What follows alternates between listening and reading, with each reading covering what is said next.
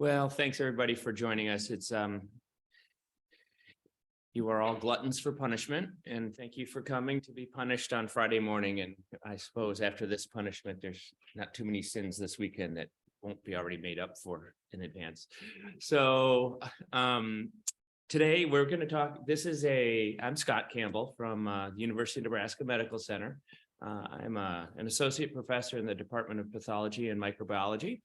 I specialize in informatics, and I'm also the director of informatics for the public health laboratory that serves our jurisdiction. So today we talk about cancer and we don't talk about COVID at all. Okay, no COVID? Done with COVID for about 3 years, we're done. Okay, and my colleagues are joining both remotely and here. So Dr. Laszlo Agali and this really bright person from the Netherlands who can only introduce himself, and he will. No, he's our Paul Segers from Palika and the National Registry in the Netherlands. And then we have Dr. Stefan Dubois from Sweden and Dr. Raj Dash from the United States, all talking about how we are going to be and have been using SNOMED CT for cancer reporting, specifically synoptic reporting. Really part of this, well, let's see if we can, there we go. So that's the mini introduction. Really, what's the purpose? There's our agenda. The purpose of the workshop, we'll touch base briefly.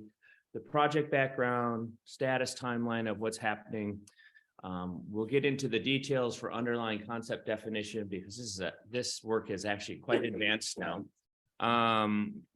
Then my colleagues from the US, the Netherlands, Sweden and the UK will describe their implementation approaches and challenges that they're dealing with, and how we are using SNOMED CT encoded cancer reports. And I'm hoping that we have enough time at the end to show you that this is not just a discussion, but I will show you real queries against production data sets that are from my university for the last 5 years of accumulated data. So you can see how this is important for many things. So, as I mentioned, I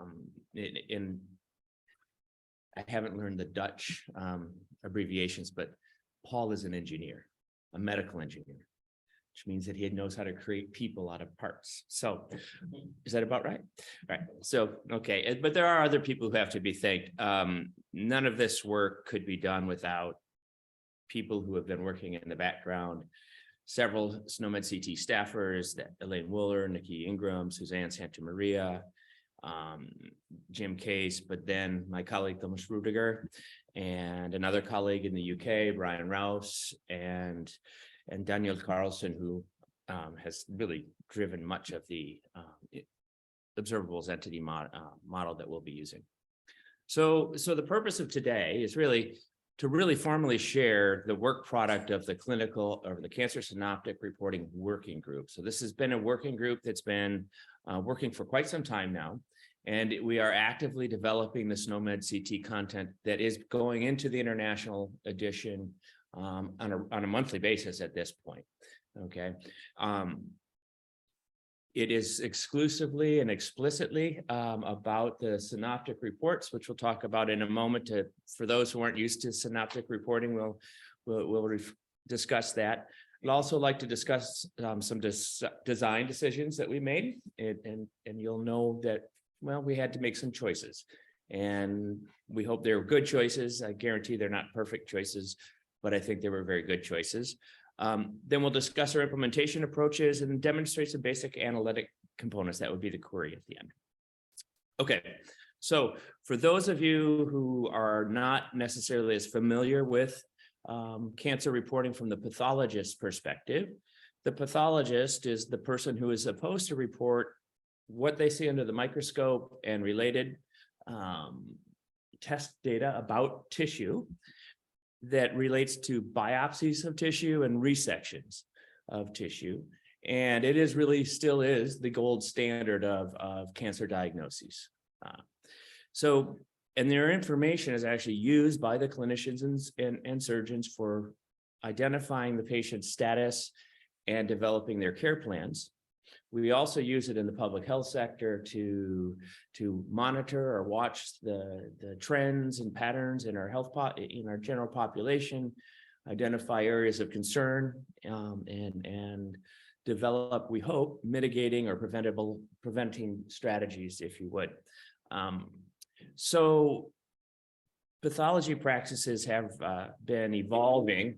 I think the pathologists have evolved, but not far from Leeuwenhoek, but they have somewhat evolved.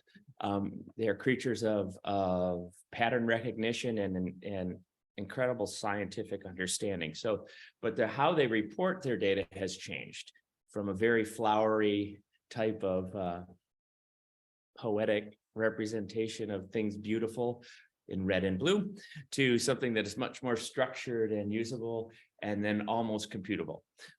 So what is interesting and is fabulous is that the concordance, well, this is what the pathologists are reporting is concordant almost universally, with some very small exceptions. This is a report, and if you'd care to read it, good luck. This is from the Karolinska Institute, from Carlos Fernandez Moron. This is a pancreatic cancer tumor report. The only information that is of clinical use is in red. So as you can see, there's lots of extra description, right? Further, this information is difficult to locate later if you're in an electronic health record system or in a paper chart. The data and actually the important knowledge about the patient that has been expressed by the pathologist is lost. I say it's lost to follow-up, or it's lost to the PDF, if you would. And it's very hard to use again, if ever to be found again, which is most unfortunate. And of course, we spend millions and millions, probably billions and trillions of dollars trying to do natural language processing, which may approach 80%, if we're lucky, 85% efficiency. A move started by the College of American Pathologists in the, I can't even remember, 90s, to start to create forms to say, this is what you must report, doctor, about a tumor of the colon or a tumor of the breast, and very structured. And here are your specific observations you have to tell the surgeon and the oncologist so they can develop their treatment plan.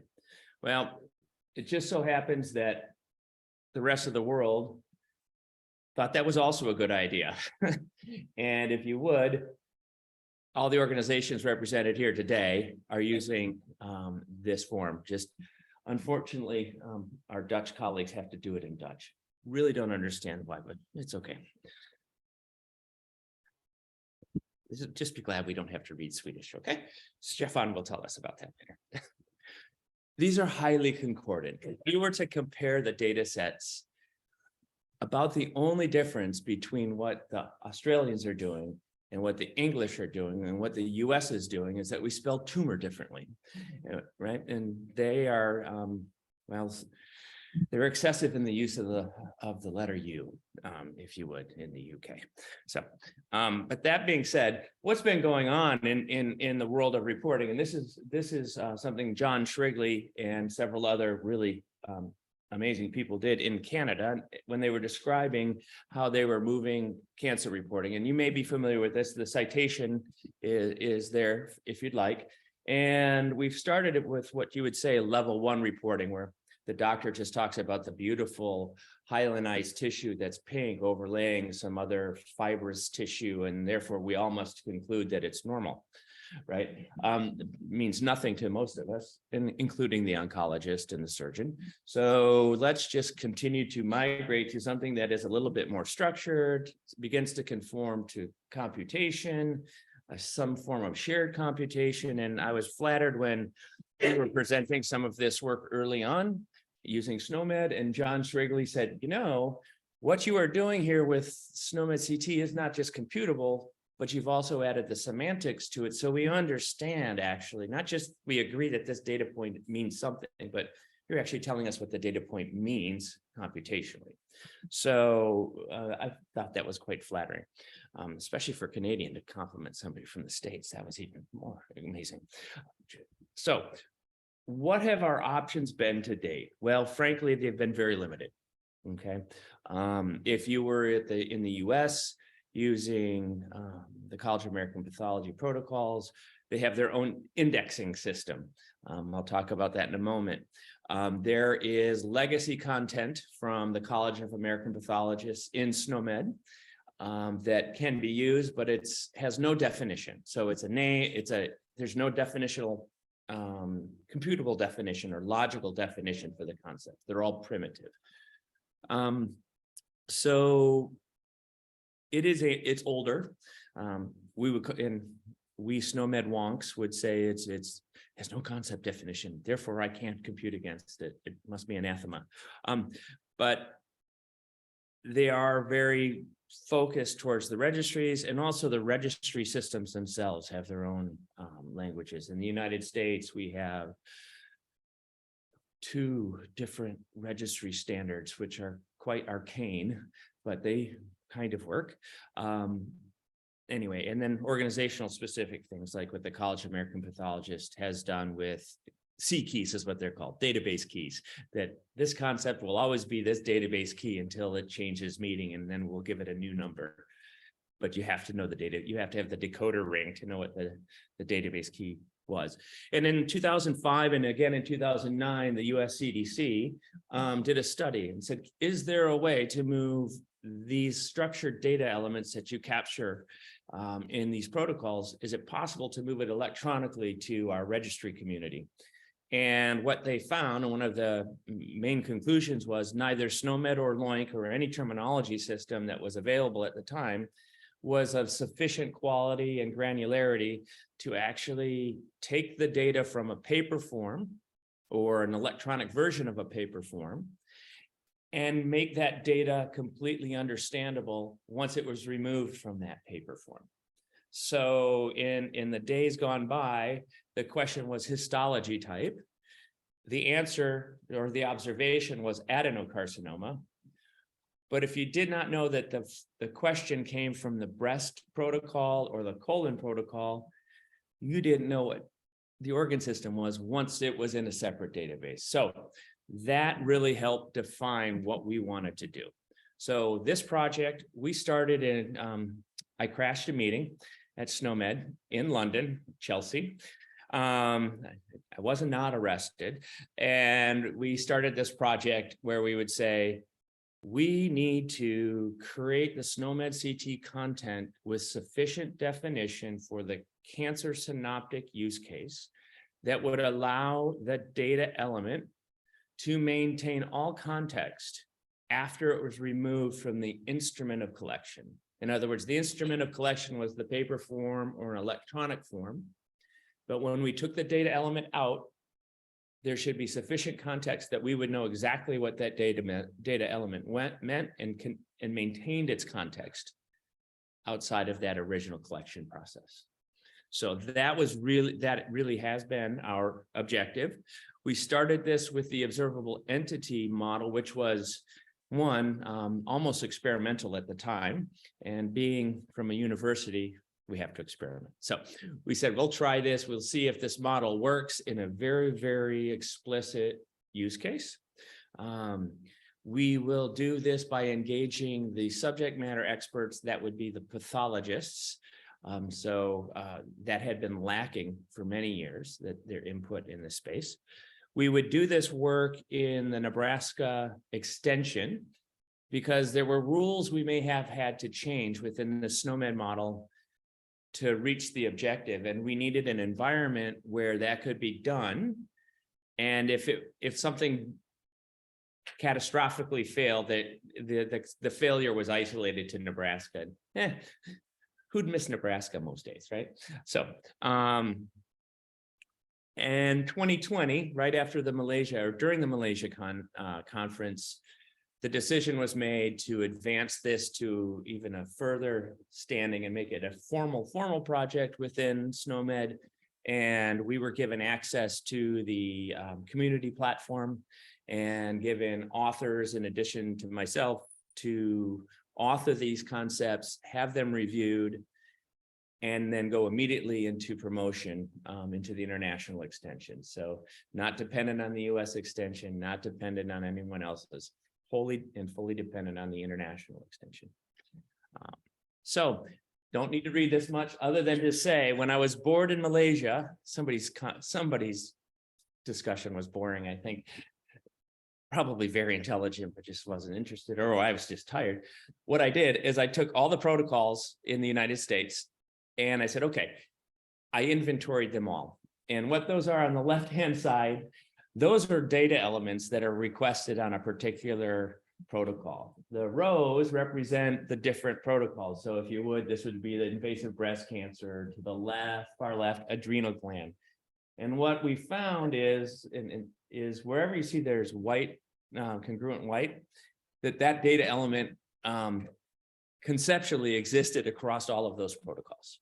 So what we decided to do was author broadly rapidly across all protocols that shared a semantic and get broad coverage, and then begin to author in depth on places that had one or two comments, like DCIS, microbiology. I'm sorry.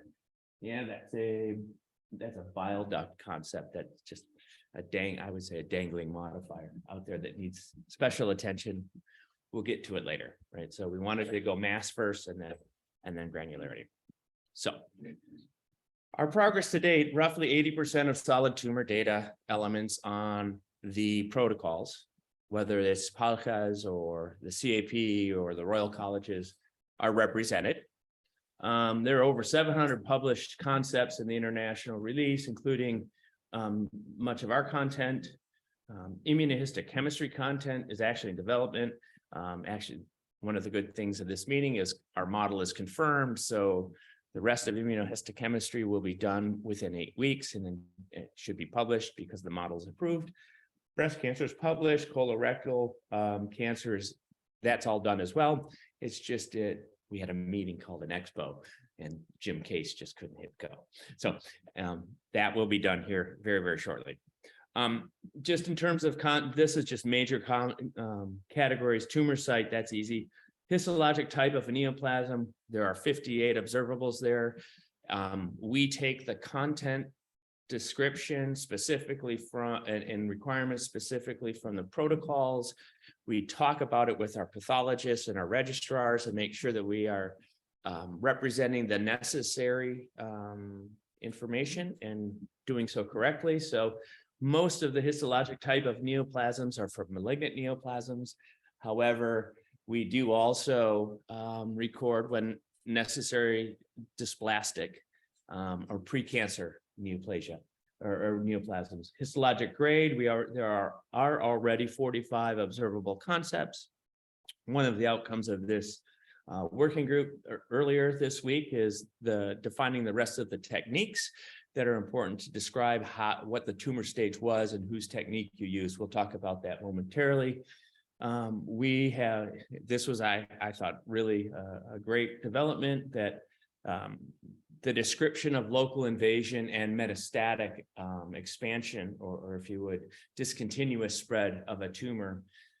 That took a long time, but we came around and said, how we need to model this because it's a process, and it's a process that's very important and has lots of implication to the health and safety of the patient, as well as what does it mean for research, right? And how do we understand the history of cancer so that we can hopefully make some improvements on it.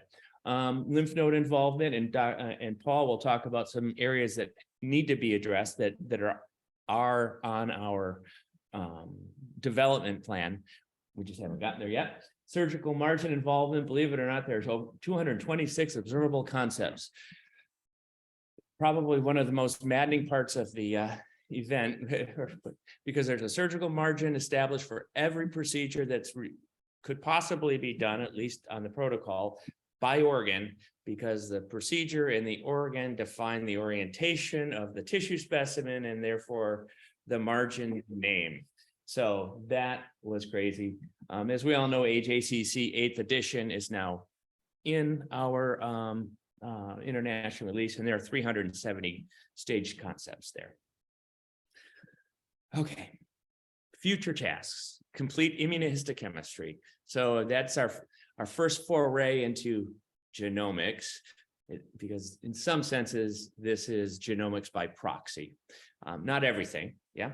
And that was one of the great things. P16 and P53 was a great discussion because those proteins are performing just fine, but there are other mitigating factors about the biology that's of the tumor that tell us how it's expressing itself. So is it HPV oriented? Is it not HPV driven? And the protein is fine. It's just the environment it has to live in. However, where most of the time the protein is dysfunctional, and therefore there's a genetic issue at some level, but the protein itself is dysfunctional, and we're measuring dysfunction or function by presence. Loose ends that we have to fix. There are unique concepts by different organ types that there may be one out of 700 concepts, and we'll get to it. So example, tumor deposits. Tumor deposits exist are important to note in colon tumors and appendiceal tumors, but we don't really see it anywhere else. So we could argue about what a satellite is, but we'll get there. Lymph node stations, because this becomes important. And if one were to look at the SNOMED model, how lymph nodes are identified follows one really nice model, but not necessarily what the pathologist is needing to record for health. So esophageal cancers are one where there's argument. There's the Japanese approach, which is it has been, demonstrated and validated. There's also the approach that the AJCC advises. Both are valid, but which way are you reporting? And it's important for information exchange that we identify that in knowledge exchange, right? A big thing that we will talk about, we did reach a decision this week, which is terrific. So if you have tried to do this, you would notice, and I think Jun from Korea, who is fortunately one of my one-year graduate students, and we're very, very fortunate to have her. She presented last Expo, on the way the Republic of Korea tried to do it, and the use of clinical finding was used significantly, and with good reason. It's very obvious content. We, however, have been going down the observable entity track. And so at a certain point, we have to make a decision. We are now evaluating how many clinical finding concepts existed that are really now replaced with more definition, with observations. And we will, with the implementation team, be writing an implementation guide for this is the appropriate way going forward to use this content, and how you might consider converting your legacy encoded data and bringing that forward. We're also looking at how we get this into the authoritative bodies in each nation to disseminate this content for use and describe how to use it in their nations. So I work specifically with the CAP. We are embedding all SNOMED CT content with a one-to-one relationship to their C key, because their C key is their database key. It makes my job very easy to align the SNOMED concepts that mean the same. And that will be the distribution mechanism in the United States, which is, again, I'm just very fortunate. The Royal Colleges, we'll talk about theirs. I do try to help with the ICCR as much as possible, provide them. Here's a map, but more to talk about. And Palukai also has a really unique position, and Paul will talk about that. Okay, so I am not going to go into all the design decisions here. There is documentation, and if you have a Confluence login, you can go to that URL, and that is actually in the distribution content. So if you get the PDF from online, so you don't have to write that long URL down, but that will take you to our main site, and there are, I'm calling them our draft book. It's our book. I always wanted to write a book. I know how they do it very slowly in very small parts. It describes how we, it would take and I could probably pop over there. Maybe, and maybe it's too risky. Oh boy, now what do I do?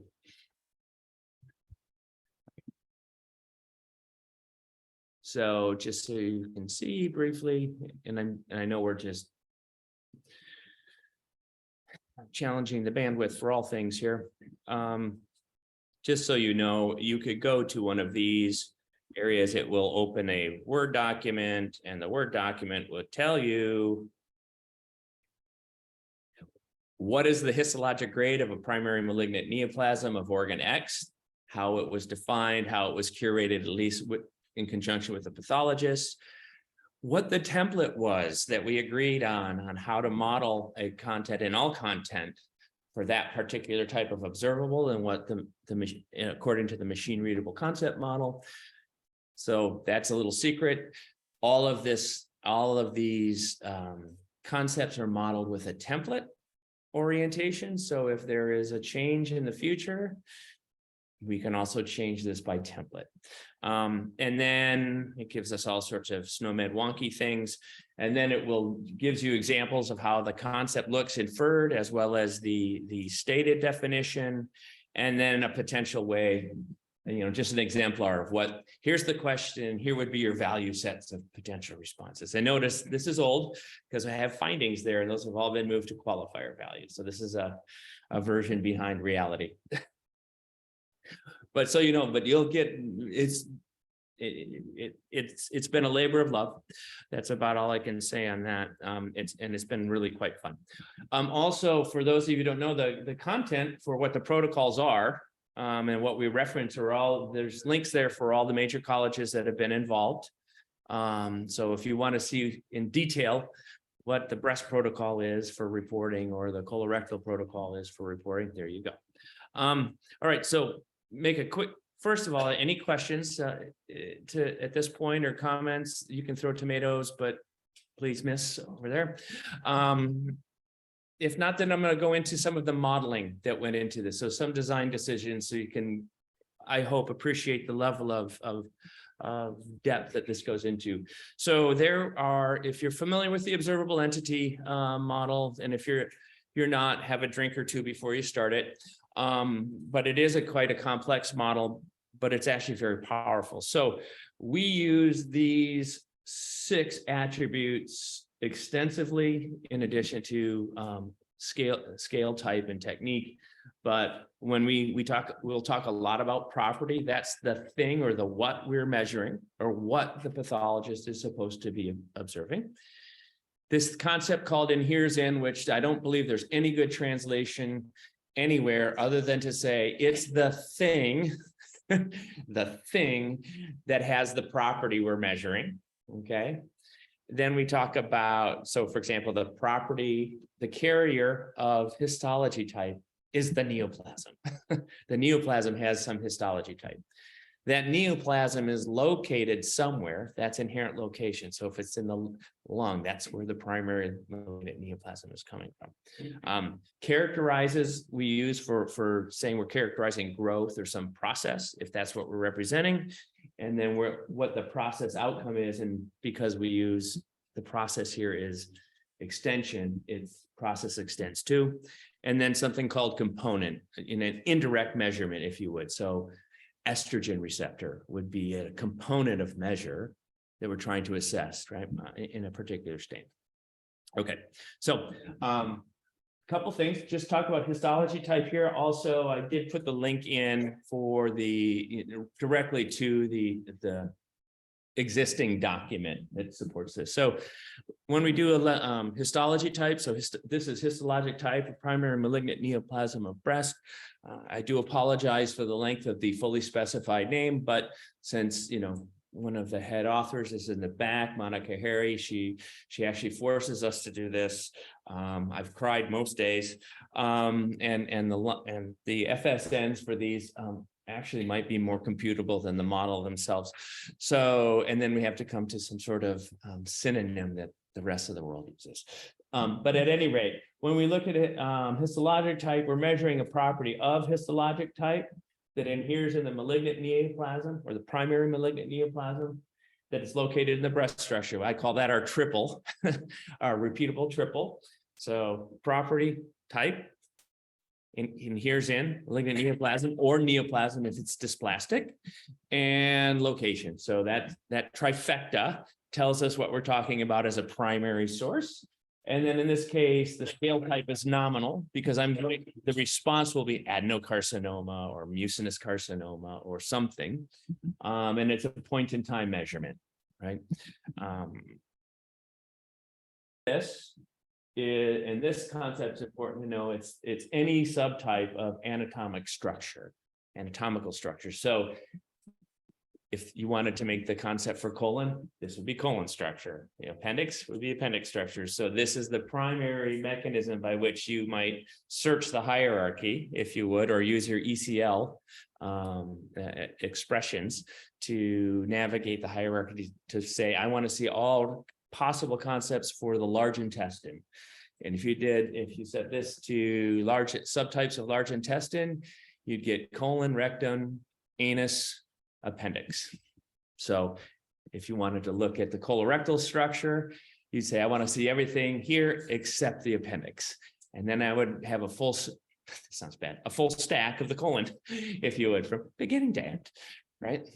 So important, that's the model there. How would you use it? Well, histologic type of breast, primary malignant neoplasms, this would be an operational view. This is it's probably an older version of the CAPs, but here's the possible opportunities or things to pick. And this would be how it would be coded. Histologic type of malignant neoplasm of the breast is the question. The paired answer would be infiltrating duct carcinoma, if you would. Okay, so that's a question answer pair together as a complete context-free statement about what the pathologist just observed. Okay. Histologic grade. Pretty much the same approach with two differences that are important to note. Property here is histologic grade property. That was a property that we created specific for this group. Inherent location, if you would, again, whatever this body structure is. But what's important to note here is that we bring in the technique attribute. So for those tumors that have a specific grading system or series of grading systems that are validated and broadly used, we will define. So in this case, this would be the Nottingham histologic grading system. The Gleason grading system has been defined for the prostate. And as Paul and I have gone through these meetings, for example, when we talk about colon, in the United States, we still use the AJCC version, which is a 4-leveled version, GX through G3, G4 if you're neuroendocrine. And in the World Health Organization 5th edition, it's high-low.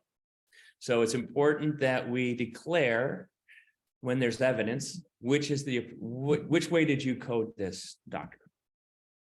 Okay, and there you go. This would be in particular, this would be the glandular tubular differentiation score, and that's in fact what we have. It's the tubular differentiation score, and then you'd have grade 1, 2, 3. Notice how there are qualifier values. And by the way, if you really want to get really wonky with SNOMED, you could make a fully defined clinical finding here, because a clinical finding can be identified as an observable interprets some observable entity, has interpretation qualifier. So I could pair that and make that a fully defined clinical finding. Okay. And this is a prime example of what there are clinical finding concepts that exist now that have no definition. This has an extensive definition. Briefly, invasion.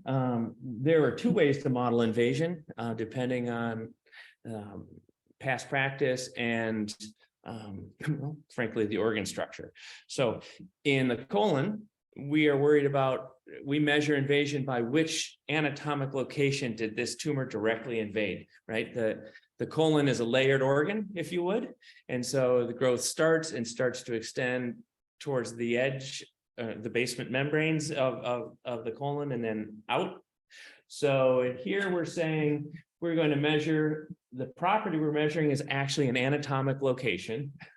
And again, we do where it adheres in and inherent location to tell us this is a colon neoplasm. We're characterizing the process of direct local invasion, and the process will actually, the answer is where the process extended to.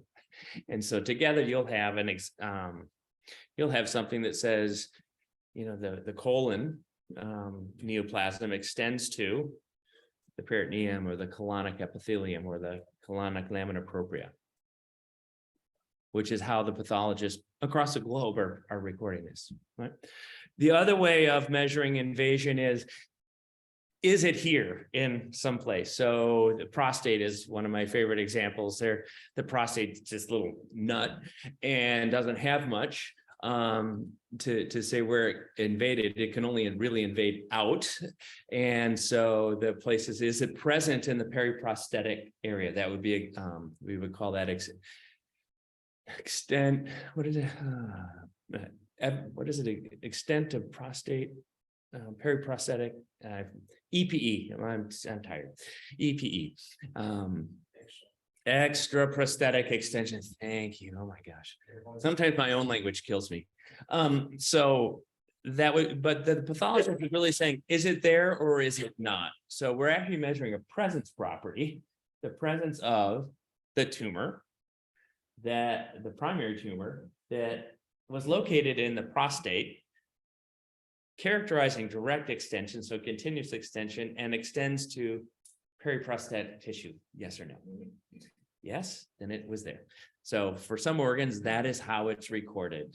Okay, so we have two models to represent invasion. And here's from the ICCR. I did my best to try to pull from different areas. So there's the question, presence of direct extension. And like I said, we love our FSNs. Presence of direct invasion by primary malignant neoplasm of prostate to periprosthetic tissue present. Or focal and multifocal. And this is an ordinal observation because present absence is ordinal. Focal and multifocal are sub questions depending on how they're asking. And that is a refinement of the ordinality of that question. Okay. Immunohistochemistry. So this one, you notice they get longer as they get more complicated. What we're measuring here, just to know, is the property, again, here is a number fraction. So this question is the percent of cells with estrogen receptor in malignant neoplasm of breast by immunohistochemistry. Okay, now this one I have to unpack a little bit. It is measuring, it's a property, it's a number fraction. It's a number fraction of what? It's the number fraction of cells staining, the number of tumor cells staining positive as a percent or fraction of all tumor cells being observed. Okay, so property, and here's it again, we're a lovely primary or malignant neoplasm of the breast. Now we do a couple other things. What are we doing? Well, we're going to be measuring component. That's the population of all malignant neoplastic cells positive for estrogen receptor as a fraction of the population of malignant neoplasm cells in that portion of tissue. And we breathe. And that actually is our, pardon? I love you. I love you, man. You're gonna have a hug. It's been a long 3 years. When my wife says, "What are you doing?" I'm working on breast cancer, honey. It's a beautiful thing. Not. The model here is beautiful. The disease is not. So, and we have lots of content here. So, positive, negative, because the interpretation is it ER positive? Well, that's determined by the rules you're following. You could be using is it the all-red scale if you're in the UK it's the percentage in addition to the intensity of the stain, which helps. Is that right? Is it the all-red scale we're using? You just went positive, negative. They're simplifying.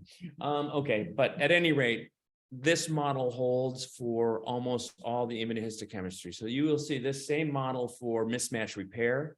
So and I always get the first one wrong. Is it MSH2 and MLH1 and PM? That one, those.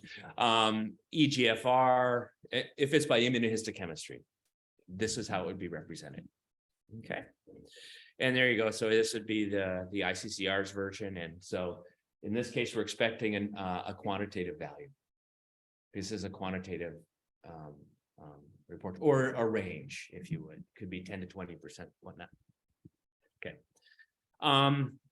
Oh boy. Okay, you're not supposed to read that. You can later. But our long-term objective of this working group is that we would have recommended coding for the protocols in production. Now, how we manage that going forward will be done in conjunction with the bodies that are the producers of these templates or of the protocols.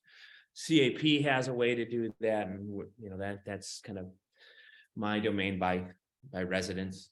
Working with the ICCR will be a collaboration. Laszlo will have the lovely job of trying to do this in the UK.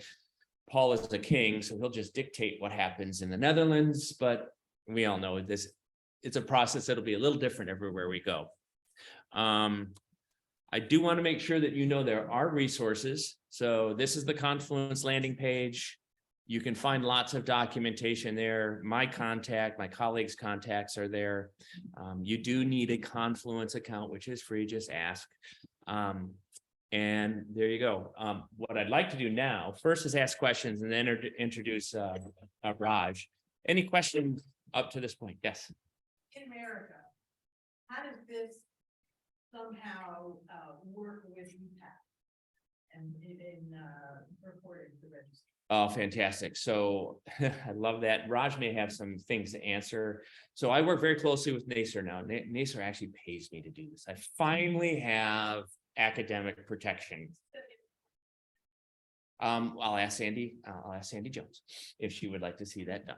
So our objective there, just so you know, and there are other side paths that are going on. We're aligning redoing the morphology hierarchy and aligning it with the Blue Book, and updating the linkage between ICD-032 and SNOMED. And we bless Jim Case's enlarged heart, maybe his hypertrophic heart. He gave us myeloid neoplasms to start with first. So we laugh because that's just it's a bird's nest. Fortunately, my chair is one of the editors. We have some good starting point. But the objective here is to actually support that. So working with the CAP in particular, one-to-one map of the C keys to the SNOMED CT concepts does facilitate that. So, and it is to be distributed, we hope, in some artifact with the ECCs, the electronic cancer checklist. That's what we call them in the States. And Dr. Dash can talk a little bit more about that if you'd like. Does that help? So that's been our long-term objective. And so that's what the NACER's objective is. That's what the CAP's objective has been. And, we are part of the, what is it? PathNet, whatever the NIH project is that's trying to align this. So they're right now just focusing on figuring out what histology is. And we'll try to add that in after that. Any other questions? Oh, yes.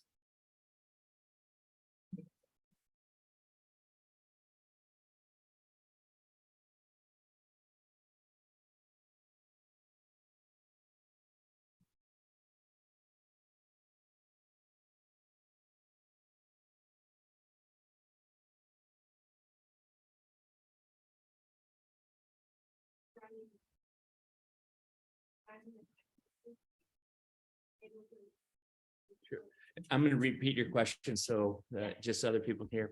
So the question is, are there terms and concepts representative of pre-cancer screening or screening processes? Did the patient, has she been offered a screen? Has she showed up for the screen? This is snarky, but just true. Work with me long enough, you realize the humor is just, I mock myself.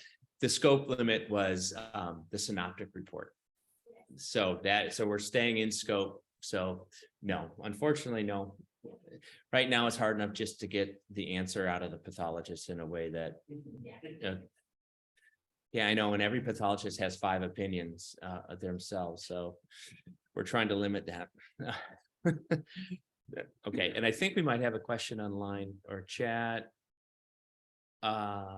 Good question, Raj. Sorry if I missed it, but do you plan to exchange this data using the Rincher information model for additional elements needed? Reed, do you plan to use FHIR? Yes, actually. So Lynn Brent, yes. So actually, that's a great question. I do sit on the FHIR, Cancer FHIR working group with HL7, with NACER, with the College of American Pathologists and several others, and we have actually done this in the Connectathon. So the FHIR protocol reaches out, and reaches to the value sets. I hope that helps. And if it doesn't, yell at me through the chat box. Okay. All right, Raj, Raj, are you, I'm here. You have to enter, so I'm going to pass this off to my colleague, Raj Dash.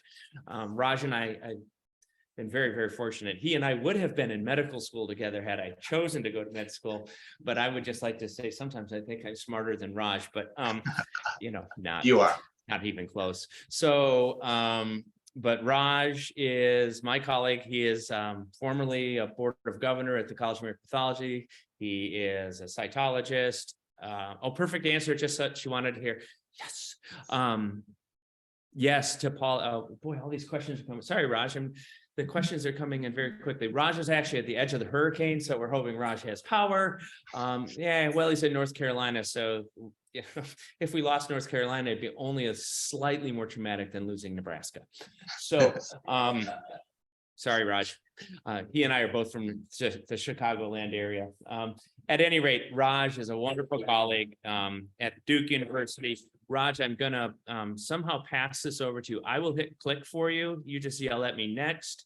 And are you able to hear me? Are ready to go, Raj? I'm ready. Are you able to hear me? Survey says. Hang on. I'm looking in the chat. Can't hear you, Raj. Are you talking? Yes, I'm talking. Can you hear me? Okay. So somehow, how do we, excuse me, sir?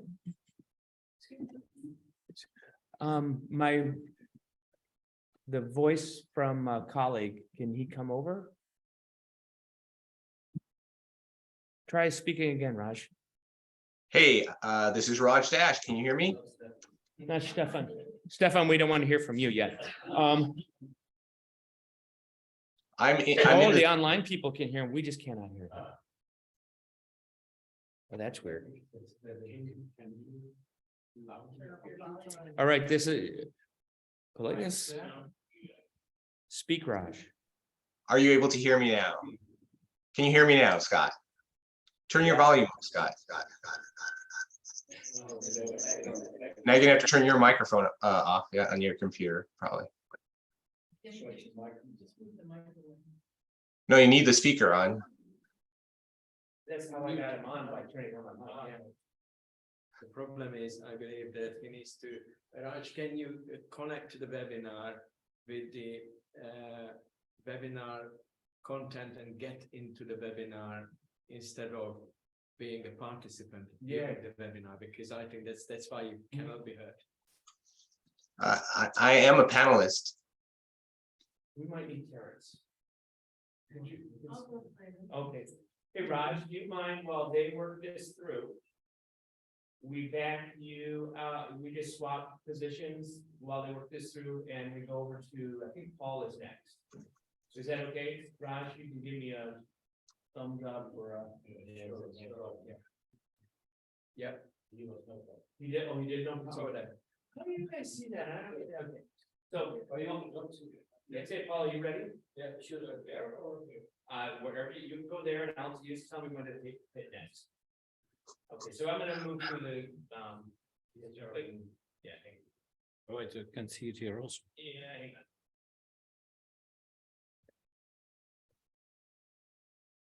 on. Well, now you guys are that, yeah, I think all those.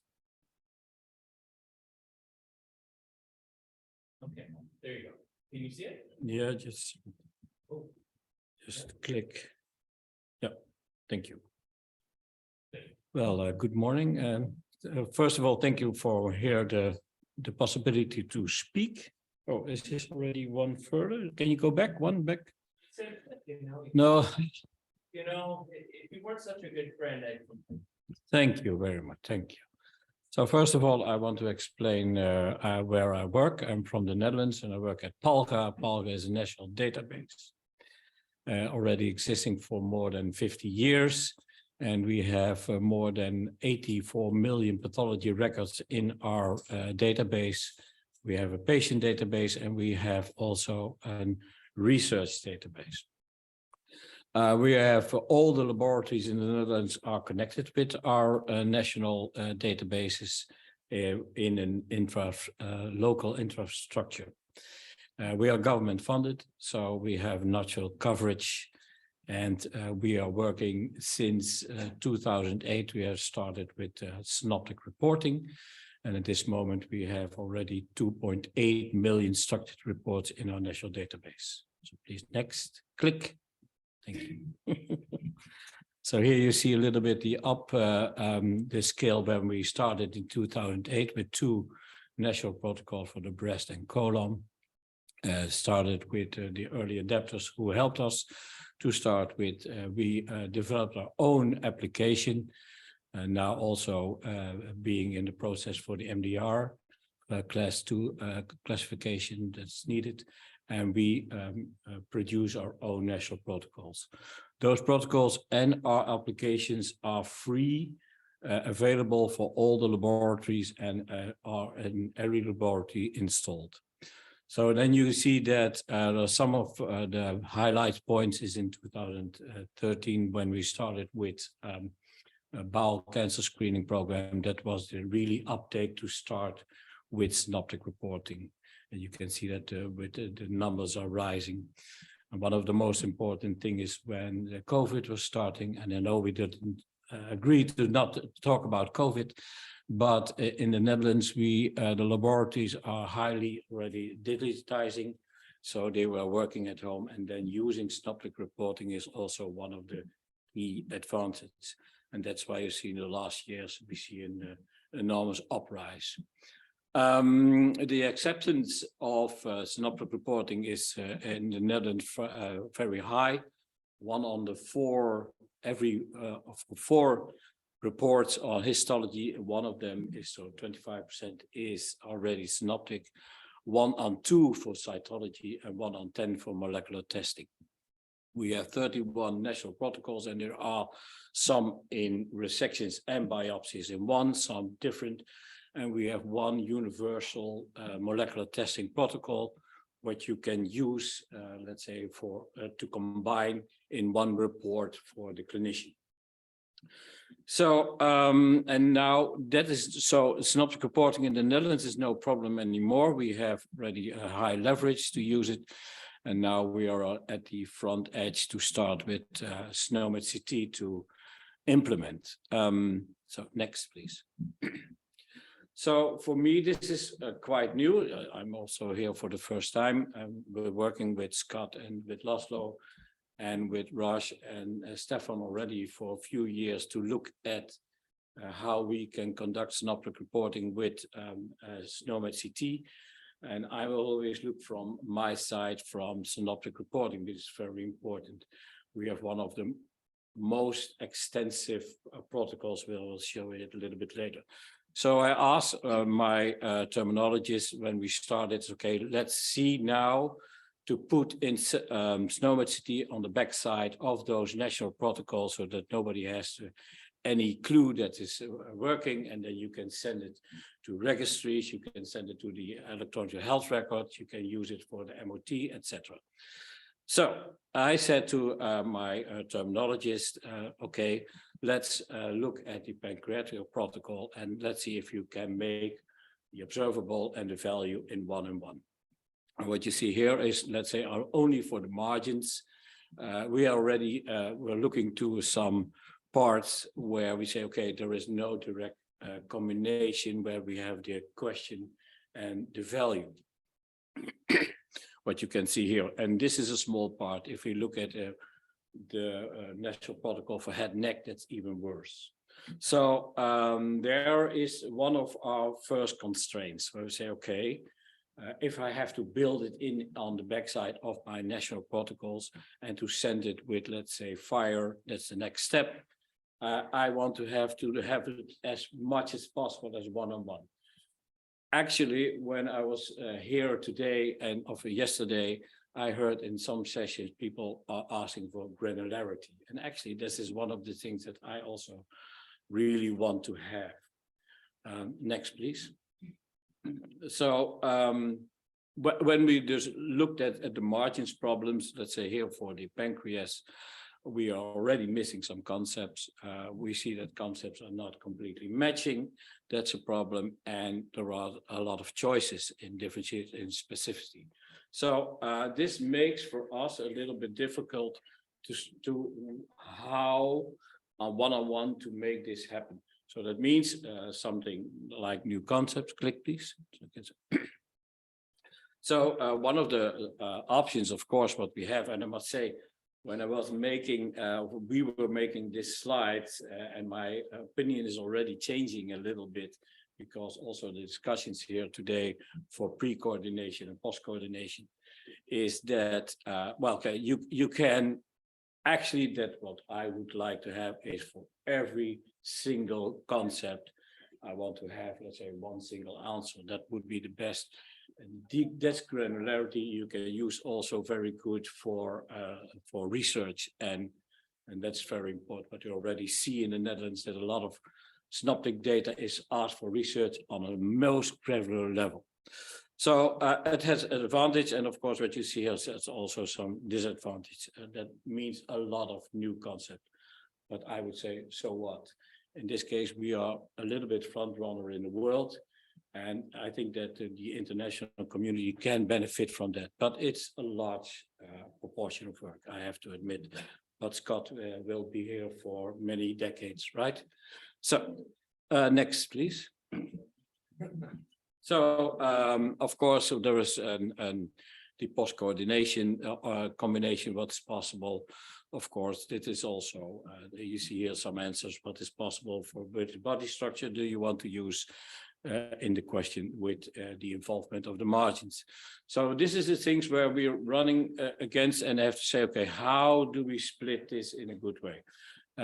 So for me, is this all start the beginning, and I've already made an admittment, and next year in Atlanta, we will say how far that we will come and to see if my plans will pull through.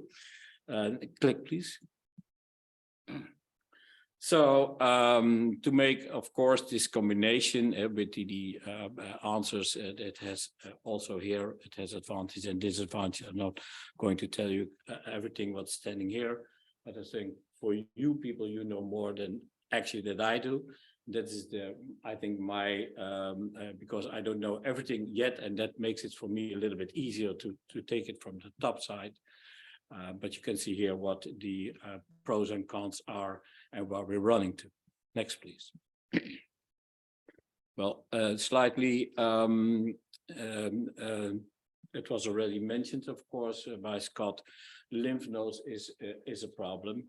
And I think that we have to address every lymph node station. We have that with our colleague Stefan from Sweden. We already did a sort of inventory, and that we saw there were a lot of overlap, but there are also gaps. And we really need to address it. We see that at Palga, when we get research questions, they need to know which station is involved or not, because that gives some insights of progression, insight of survival rates, etc. So you want to have this as granular as possible. So in my opinion, is this still an omission? So, and I think this is one of the things that we will work on. Click, please. So, I wanted to talk, the discussion, but we had this over the granularity was also the other thing, what was the pre and post coordination. When we were working this slide, I didn't know that this discussion would be here, let's say, in this conference. We have a national protocol for cervical cancer. We use it for public screening and we use it for indication clinical setting. And we want also those clinical questions also in SNOMED CT. So not only the results of the Bethesda system, but also the clinical settings. So here is an example that we have in some question, what is the reason that you come, let's say, for public screening, and then you have a few answers, and that includes a procedure and also some things in time. I think that you can click. So no, it's one click back, please. Yes, thank you. So if you read here, you see there are some different procedures here. So you have a sequence indicator. Next, please. You see the confident information that's public screening, and next, please, and you see the reasons for testing. And those things are combined in the Netherlands, let's say, in questionnaires. So you can post-coordinate this afterwards, but I would say, what's the use for that? We use, let's say, this national protocol, CRIS4 is mentioned here in the Netherlands. It's approximately 350,000 times per year is used. So let's pre-coordinate this kind of question and you're done, in my opinion. Next, please. Click, please. Click. Yeah. So there we started with the sort of initial approach to create concepts for this response questions. If we want to mix it, well, it's against the rules of SNOMED International. Well, I'm new here, so maybe I can bend the rules a little bit. Who knows in the future? But this is, of course, one of the problems. Next, click, please. So the new approach should be then split those questions in a procedure, in a type of reason, etc. So why, what, and why. And in my opinion, now, this when we made this was in the first impression to do this. I think that now later on that we should pre-coordinate this kind of things, in my opinion. So I already learned a lot in those 2 days. Next, please. So this was also a little bit, but we just said, okay, let's see those questions that we have. What is the reason? Why do you come for the screening program, or why do you come for indication screening program? So we split the procedure and the procedure for the cervical screening program. And we did it also for the public screening program, but also for the indication where you have, let's say, the last one is a wait and see treatment, what is more common, often seen. Yes, thank you. Go for it. So, and this is my last slide because I'm thinking I'm running a little bit already out of time.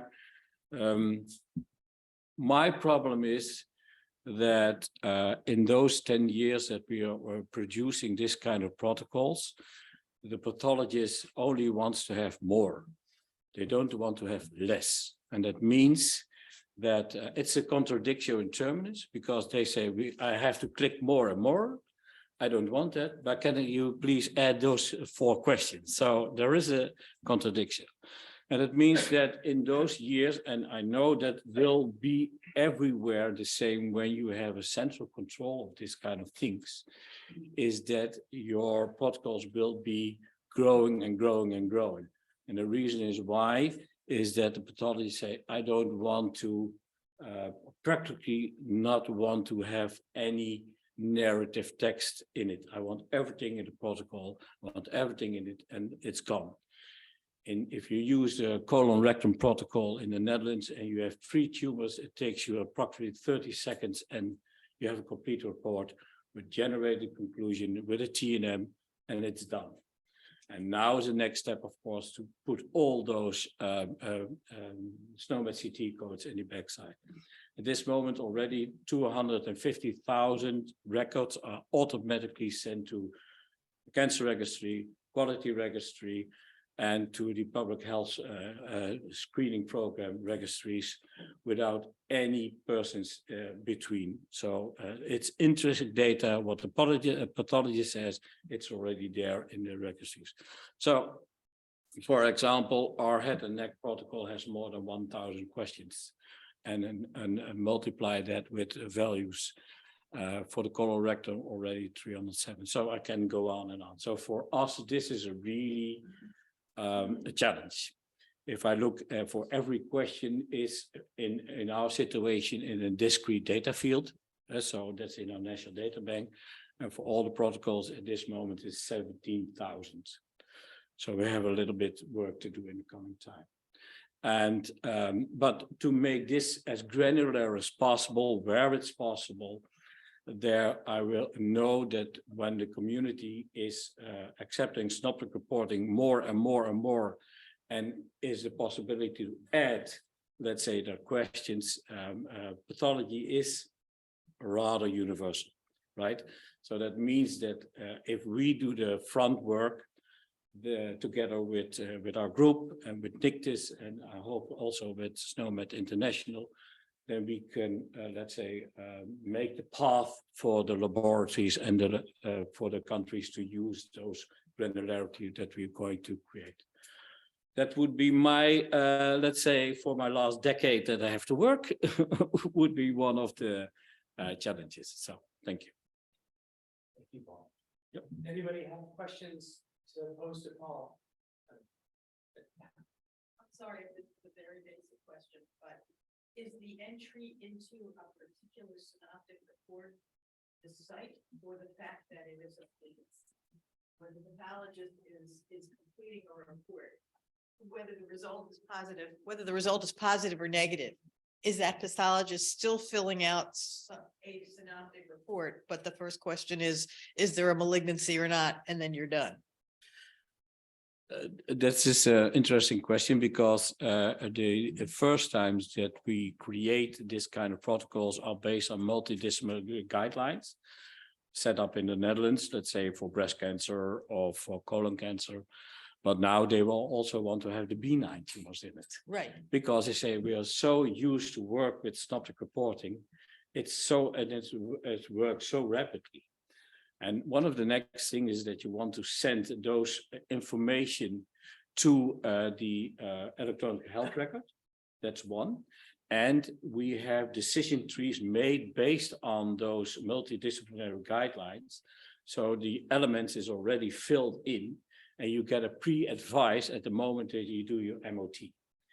And that makes it, and then you see which element you missed, or if you have everything, then you can do the optimal patient strategy for next treatment. So, and this is really needed in the Netherlands, because we have seen that the MOT is frequent, but we have a lot of patients in a few minutes to work with. So this is one of the most important things, but they also want to do it for the benign tumors. They also want to have it for the functional diseases, because this granularity, we have what we call a PALGA closed loop. That means researchers are coming to our national database. They ask for this kind of granularity information. They write our articles, and it is used for input for updating the national guidelines. So does that mean that your cervical cancer database has the entire universe of everybody who was screened? Yeah. Yes. Okay. Yeah. Great. It's great to work there. Okay, any other questions for Paul? All right, we are going to try Raj again. We think that thank you, Paul, that was awesome. All right. Can you hear me? Oh my goodness, all is right in the world. All right, Uh, Raj. Well, while you find the right slide, I can just kick it off. I'll try to keep it well under the 15 minutes since we've had a few delays here, but I wish I could have been there with you, Scott. It wasn't meant to be, but thank you very much for the SNOMED organizers for making this possible and for working out these last minute technical glitches. I am a surgical and cytopathologist at Duke University. I direct the laboratory IT there as well. And if we can go to the first slide. This is going to be a very high level kind of review of kind of my perspective of where we are in the United States with the use of SNOMED CT in the electronic health record, particularly relative to the cancer protocols. My introduction to SNOMED CT or to SNOMED really started with Diane Ashman here, who was one of the chief executive officers for SNOMED when SNOMED was still part of the College of American Pathologists. I was a medical student of Kent Spackman in '93 and at Oregon Health Sciences University, and then it would be a little over a decade later that I would take over as chair of the SNOMED Standards Board right before it transitioned into the International Health Terminology Standards Development Organization, or ITSIDU, as we used to call it back then. My chair at the time was John Neff for the SNOMED Authority, and he was the one who kind of introduced me to SNOMED and the big picture. And then eventually I ended up being chair of co-chair with Frank Elovich here, many years later as it transitioned away from the College of American Pathologists. And I was lucky enough to meet Roger Cote once, and he sent me his book on the history of SNOMED, which is fascinating. And it has been a fascinating up and down roller coaster ride. I'm very proud of the work Scott has done and has led the group of a very thoughtful pathologists to take SNOMED in our domain really to the next level. And I'm going to talk a little bit about that. So next slide. So what really drove electronic health records in the United States was some legislation called meaningful use. And I'm not going to go really into details about it, other than to say that the federal government mandated the use of SNOMED, which was a good thing. It didn't really achieve the level of interoperability of patient records that was hoped for. It doesn't really exist anymore today. But it has evolved into new legislation that still promotes interoperability and still promotes electronic capture of patient data and dissemination of that data to patients to make sure that they can travel across the United States and receive healthcare at any facility, and that providers that are taking care of those patients have access to that information. So it really is all about our patients getting access to care and having data that can move from system to system. But it's been a long time coming. It's still a long road to go, and I think the work that's being done in SNOMED and particularly in this group relative to pathology and laboratory data is going to be really critical to enable true interoperability of cancer information. Next slide. So the cancer protocols were developed by the College of American Pathologists in a committee called the Cancer Committee as a means to standardize cancer reporting. Scott already alluded to this, and of course, many countries are doing exactly the same thing in their own with their own means or algorithm for creating content and then having it filter through to some type of electronic form that can be absorbed by a lab information system or electronic health record to capture information at the time that the information is being generated by the pathologist. In the College of American Pathologists, we have the Pathology Electronic Reporting Committee that creates this ECC that Scott referred to, the Electronic Cancer Checklist, essentially taking what are paper-based concepts and converting them into format, and that format has changed over the years from data tables to comma separated value files to XML, and now they're reporting in the structured data capture format, still another variant of XML. All right, so where does SNOMED play into all of this? And so let's go to the next slide. So believe it or not, Scott Campbell wasn't the first one to think about this. The attempt was made long ago to try to SNOMED CT encode the cancer protocols. And these are proceedings from the American Medical Informatics Association symposium in 2003. So well before the founding of the IHTSDO, which happened in 2007, to try to encode the cancer protocols. And this was, I was part of some of the leadership discussion at this time. We really thought that we would have a process just like we were creating electronic versions of the cancer protocols, that each of these data fields would be SNOMED coded. We of course ran into so many challenges with the SNOMED concepts not existing, with issues with the hierarchy, with it not being machine classifiable. So there was a lot of quality assurance, quality improvement needed for the multiple hierarchies in order to really facilitate a computable model and to map that up against what was being created as new content from the Cancer Committee. So that was an issue. I won't use that as an excuse. I will just say that I'm very grateful to the work being picked up again and having a brilliant computer scientist apply his analytical and logical brain to what is a complex problem. So thank you, Scott, for that, and for hurting all the pathology cats to think alike. I feel like he's doing a good job programming all of this. Next slide. Okay, so this is kind of a dense timeline here. I kind of highlighted where SNOMED CT comes from the project. CCP here, there's a lot of acronyms here, but it's the CAP cancer protocols, basically. So this is all about the history of the cancer protocols. And 2007 is when the IHTSDO, I believe, was formed, and it's about the same time that the first electronic SNOMED CT encoded version was created, but it didn't really flourish, until the IHTSDO was formed. Then the US input into the international development of SNOMED really came from the National Library of Medicine. And then it was at that time that I formed the first special interest group for pathology and lab medicine again, because the focus really shifted away from pathology and lab medicine during that transition. And then there have been a number of chairs, and eventually,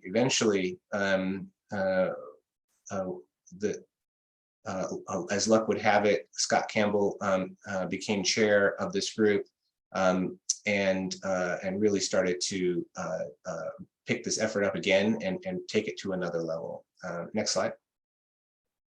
So here's kind of the process for the creation on the US side for the cancer protocols.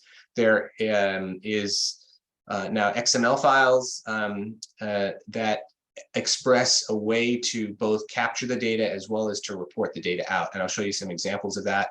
So as a pathologist is at the microscope, there's various data entry mechanisms that can look very different than the reporting mechanism.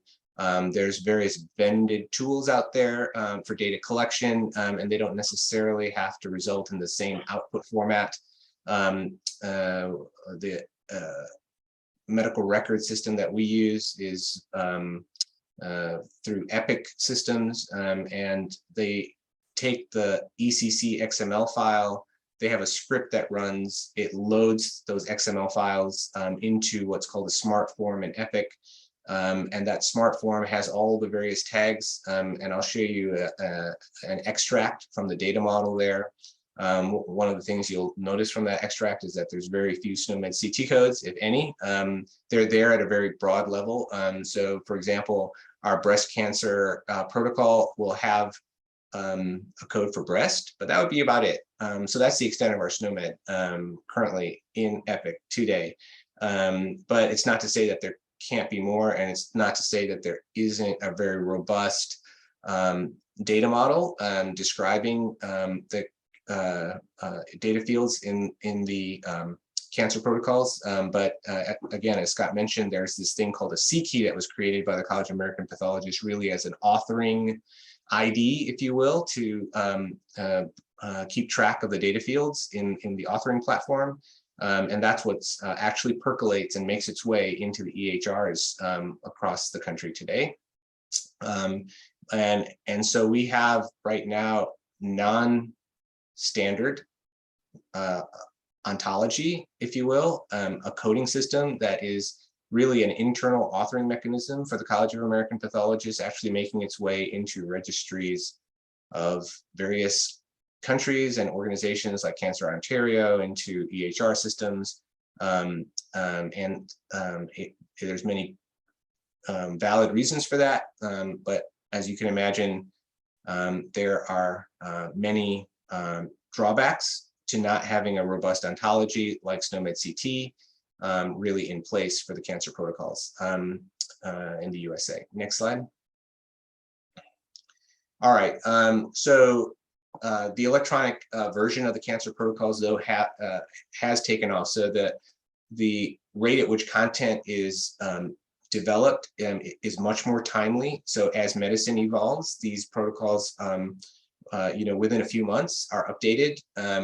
There's an electronic version that comes out a few months after that, and a few months after that, it's available in our EHR systems. So there is really something to be said for the well-oiled machine that the College of American Pathologists has created to take new content, important content, relevant to practicing medicine in the United States, that contains the latest updates in terms of developments in pathology and lab medicine, and getting it out into the EHR. The uptake by pathologists has been fantastic, which means we're all reporting in a standard way. We're providing the same level of care, the same level of robust data reporting for all patients, regardless of where a patient is cared for in the United States or Canada, which is a really good thing for patients. Next slide.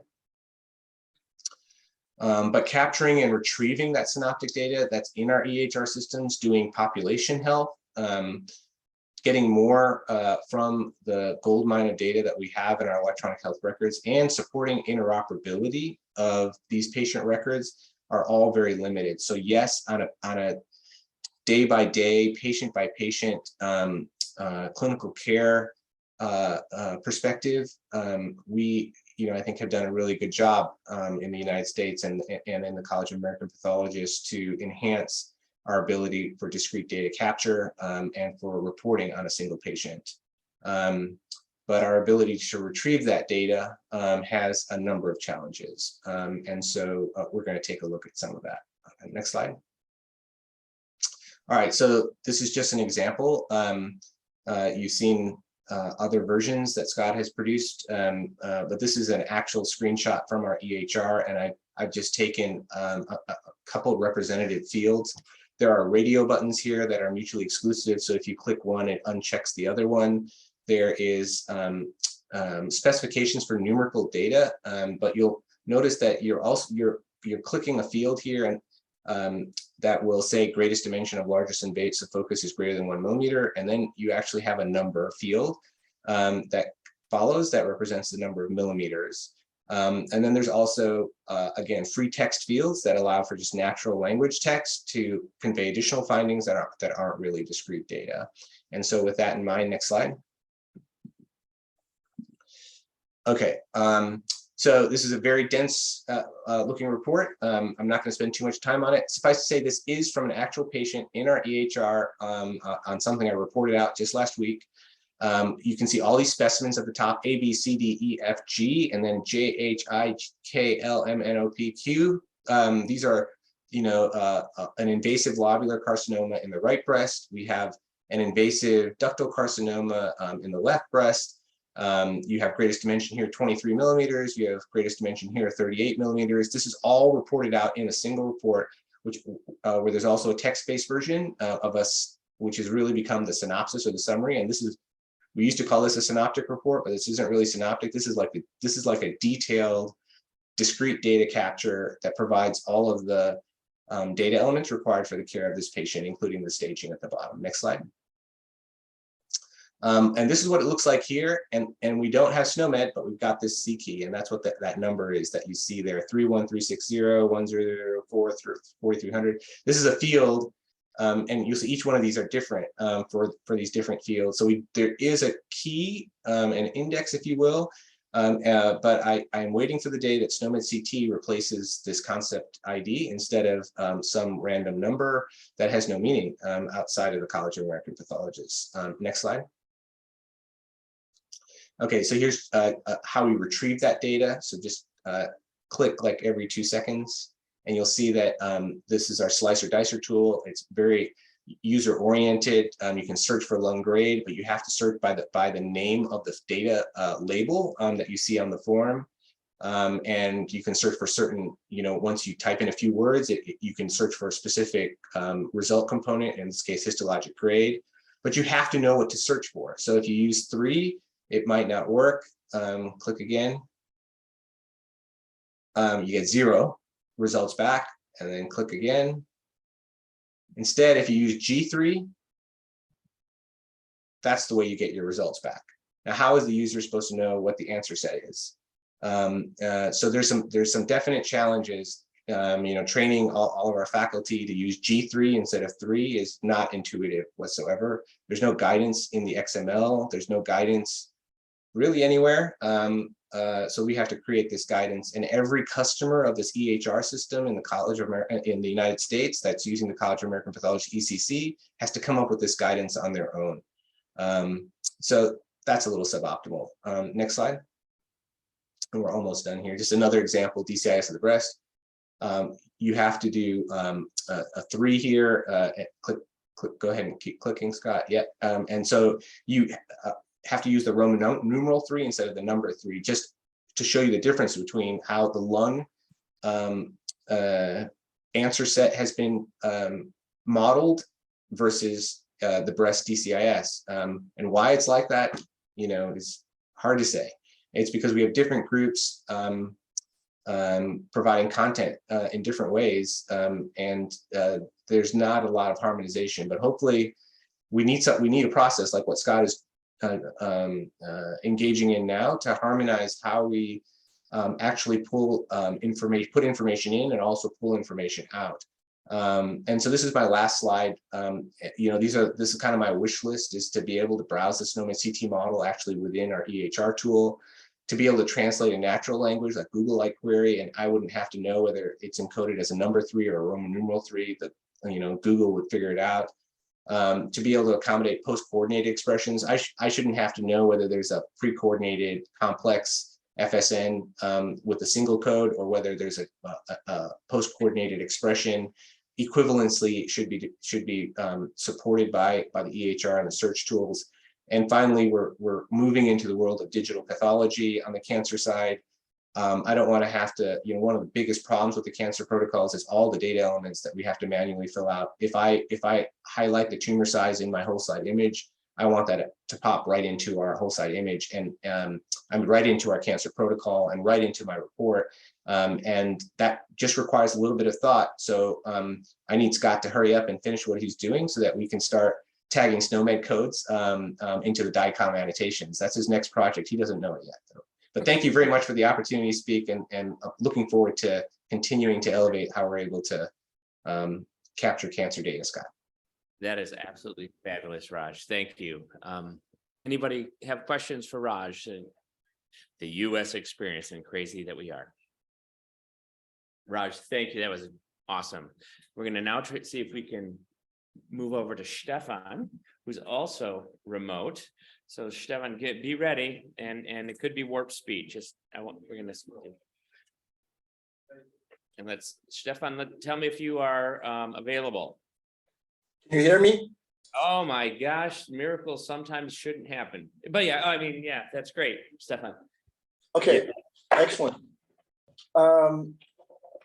Yes, thank you so much for the possibility of talking about our experience here in Sweden. It is now 1 o'clock, and by 1:15, you should either kick me out or I will just turn off my computer.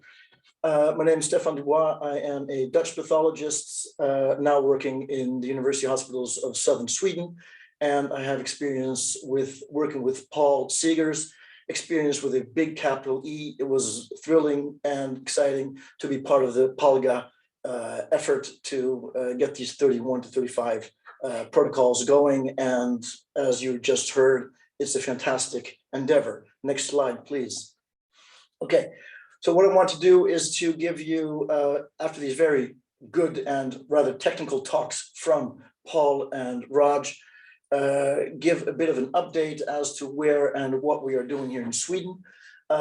We are absolutely not as far as either the Americans or the Dutch, but we are very ambitious. And one of the last things that Raj was talking about, i.e. The possibilities given to us by digital pathology. Here in Malmö, we have the biggest and probably most digitized lab in the world, if we can believe our vendor Sectra. I'm sure Mr. Phillips will have something to say about that. Nonetheless, let me just go on and tell you the following. Okay, so Sweden is divided up in different regions, and these regions are responsible for the healthcare. Now, there's a concept called kunskapsstyrning. That's Swedish. It means basically scientific knowledge, which drives government policy. Now, there are the communes, or rather the regions, and they together have the healthcare kunskapsstyrning. While at the same time, you also have the collaborating regional cancer centers, which have the same kind of thing specifically for cancer care. National cancer registries have existed in Sweden since the 1950s, and since the beginning of the 21st century, from 2000 onwards, there's even a central database for cancer registration called INCA. Has nothing to do with Mayas or Aztecs. They call it INCA. Next slide, please. So we joined Sweden, Sweden joined SNOMED International. Daniel Carlson, a famous SNOMED CT person in Sweden, corrected that and said actually they were there from 2007. And if I understood correctly from Raj, that's pretty much when IHTSDO started. So they've been there from the beginning, these funny Swedes. Okay. The National Release Center is the SOCIALSTYRELSEN, which is the Swedish Board of Health and Welfare. Click.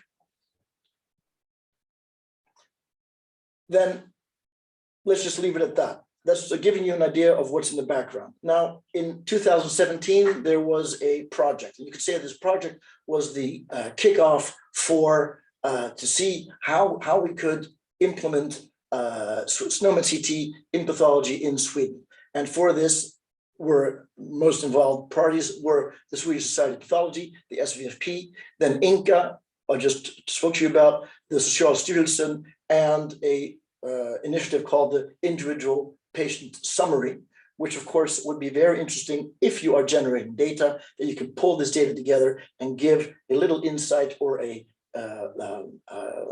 summary, you would say, of his health state. I'm sorry. Didn't know I was on call. In the initiative, there were two parts. There was the electronic structuring reporting in pathology, which also took in SNOMED CT, and that was together with Kengling Wallin of SOCIALSTYRELSEN, who is present in the room. Azar, hello, Kengling, and Carlos Fernandez Moro, a excellent pathologist from Karolinska in Stockholm. There was another part of this sweeper project, which is done by which was Anna Rosander, who took care of improved basis for healthcare through semantic interoperability. So you could say that these two were well aligned, but there were also other parts of the sweeper project. Nonetheless, this sweeper project regarding synoptic reporting, SR, developed beginning insights into different cancer types. We're talking melanoma, carcinoma, urothelial carcinoma, breast, colon. And eventually reporting protocols were developed for the INCA platform. Next slide, please.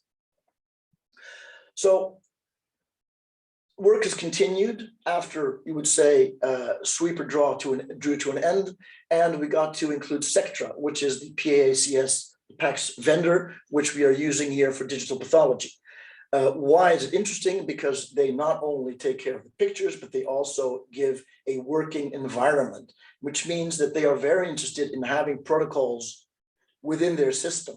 That would mean that you don't have two systems working parallel, a LIMS system or a recording system and the pictures, but that in the pictures, you also are coming up your reports, which you can fill in by clicking, just like Palga would, and exactly what Raj alluded to, the possibility of marking something in your picture, which is then automatically transferred to your report. Okay, now, coming from the Netherlands and working with Paul, there was something called functional design. A functional design is basically saying, okay, you guys are pathologists, you're medics, you're not informaticians. So what we need is an interface between the pathologist, what we want to have in the report, and what kind of algorithm, when do we open something, when do we close something, how many of these 1,000 questions, as Paul just told you about the head and neck cancer, we don't want to go through 1,000 questions. We want the algorithm to drive us through it. Okay, now who makes those decisions? This is a pathologist. We know which questions are relevant, which are not, and this also gives us the possibility of homing in on granularity. Now, to see what we could do with these Excel files as functional designs, we also had to see what's going on in the rest of the world. So we made in the Excel file, very simply, for specific cancer types, for example, for breast, what do the CAP, what does the Americans, what do they want? What do the English want? What do the Australasians want? What's in Palga? And now, since the beginning of this year, or halfway, ICCR also came with a breast protocol. And we could basically look very simply along the lines, okay, where do they concur and where are there differences? Sometimes there is more, there are certain data elements which are not facultative, which means that you can choose it or not, and some of them are part of the minimal data set. Okay, so next slide, please. Now, in December 2020, it was the National Supervisor Collaborative Group for Standard Health Information. Let's just call them NSGSVI. Their declaration of intent was basically to advance the use of SNOMED CT. This was a very important support in the back. And our SR project, or the SR project, which was started, you would say, in Sweeper, was adopted by them. Next, click. So they report to the regions, or their kunskapsstyrning part of the regions. They coordinate different NAGs, SVI, but only one letter difference. NSG for the structure, and NAG, A means Arbeit, which means work. So the NAGs are basically doing the work, and someone else sits in an office coordinating us. There are different NAG SVIs. For example, the SNOMED CT NAG SVI, where Anna Rosander was presenting at this specific moment her insights into the use of SNOMED CT in Sweden. You'll have to go back and certainly look at her presentation. The NAG SVI at the moment is being set up. Next slide, please. Okay, so that's SNOMED CT and SR. What is actually already existing in Sweden? That is the SVFPs, the Swedish Association of Pathology's KVAST groups. KVAST stands for Quality and Standardization. So obviously that is their work. They are the experts in their specific domain, be it breast, skin, colon. They write guidelines for cancer and for non-cancer. And these are basically pretty rudimentary pro formas. In other words, they are not telling us, next slide, please. They are not telling us exactly what to do, but giving guidelines. And so it's a local within the information management system, the laboratory information system, where we have our protocols. And we are still coding by hand. So when we finish filling in what we need, we fill in the SNOMED 2 code, which is dreadful. So you get bad data, okay? Then eventually the body of data is sent to the central registers, etc. They are scrutinized, they are checked. It has to go back to the hospital if it's unclear or if it's incomplete. And then finally, it gets coded again in SNOMED 2, ICD-10, and ICD-0. Next slide. So now I'm going to go through things which you probably all know very well. You can click every 2 seconds, please, Scott. Thanks. So it's communication. That's what it's about. That's what we are working for this. Obviously, we will be collecting data at the source. That's great. But we are talking to our clinicians for patient care. Okay. And because pathology is pretty central in the care for the patient, it's an excellent part to start with SNOMED CT. Okay. So it should be built in on the background of cancer synoptic reports and thereby leverage the introduction of SNOMED CT in the hospitals. Then we're talking about, okay, how are we going to implement its usage in Sweden? Well, we would say it's not like they do in America, that you send the electronic form to different labs, if I've understood correctly, and used by the local vendor. No, we want to check this locally. And the question is, nationally. We want to keep it nationally so that the data elements which are collated are also shared nationally. Okay. And the national body should include pathologists, informaticians, and terminologists. Next slide, please. So here again, the people who are organizing this, which will be the NAG SVI for synoptic reporting, will be able to rely on expert groups. But we have our eye outside Sweden. Sweden is a very nice country, but it is rather isolated there up the north. So we want to make sure that we also include others, i.e. the work already done in the Excel files where we compare with CAP, RCPA, etc. But if we're looking at granularity, if we're looking at making something as complete as possible, we have to make sure that we have a very complete and versatile set of SNOMED CT codes. For that, we are indeed part of the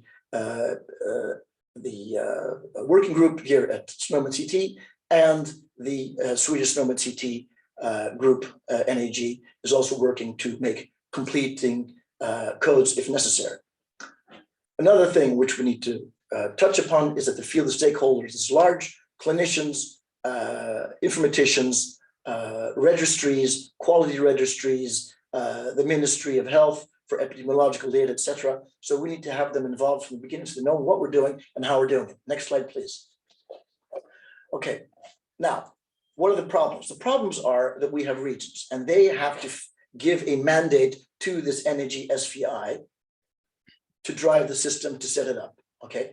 Secondly, another problem, we have different LIS systems in use. So we need to find a common language. Some of them are going in the direction of open electronic health records, open EHR, which is an open source system, but some of them aren't. That's one thing. Not all of them are using Sectra. So if we were developing something in Sectra, i.e. the digital pathology system, not everybody would have access to that. So that's a non-goer as well. Okay. Then once we have written something in open EHR, the question is, to what extent do we distribute it? Or do we keep it all central? Do we drive it centrally like it's done in Palga? In Palga, when you've changed something to your protocol, you click the magic button, as I say, at 12 o'clock, and the next day, everybody in the whole country is using a new version. Hooray. So that's something we would like to emulate. Then the experts in this country are the people from Kvast when it comes to pathology, but they are very busy. And up till now, we have understood that it's difficult for them to make some time free for the development of the protocols. So we need a separate NAG SVI. And of course, as usual, where's the funding going to come from? We might have an answer to that. Next slide, please. What are the solutions? Solutions are two parallel projects. One of them is to define the process for standardizing national protocols in pathology, which means taking care of the political side of things. Who's going to decide, how we're going to decide it, and how do we get the regions aligned? Secondly, the technical side. We are developing the forms and templates using OpenEHR, facilitating the standardized data capture by the pathology laboratory, by the pathologists, and testing basically how we could send this back and forth between different institutions. Next slide. You don't have to go into detail on this. You can't really see it, but maybe if you go back to the talk later, it's the how to say that, the political way where and who gets to decide which step, who accepts the question of a certain protocol being developed, who's going to develop it, in what time frame is going to be developed, and eventually comes down to implementation, as you see at the bottom, the regions.